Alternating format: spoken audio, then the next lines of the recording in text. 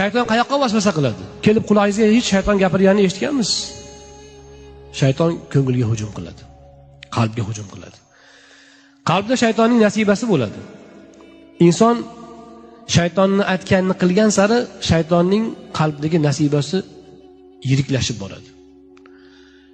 Shaytonning nasibasi yiriklashgan sari shayton quvvat olib boradi. Yangi hiyla, yangi gap, yangi yomon ishlarni sizga buyruq qiladi, siz itoat qilib ketaverasiz.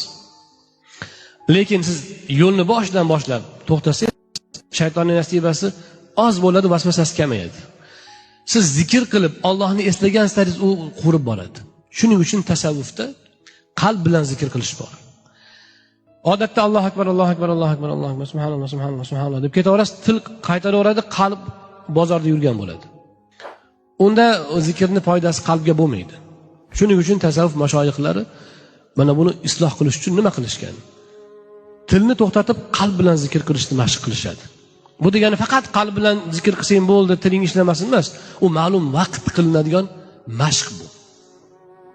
Tilni tanglagiga qo'yib, qalbni o'zi bilan zikr qiladi. Mana bu narsa deydi, qalbdagi shaytonning nasibasini quritadi. Siz shunaqa qiling. Tilni tanglagiga qo'yib, la ilaha illallohni qalb bilan qayta ayting. Qalbingiz o'zgacha olam olib boshqa olamga tushib qolasiz. Va keyin boshqa zikrlarda qalbni hozirlash oson bo'ladi.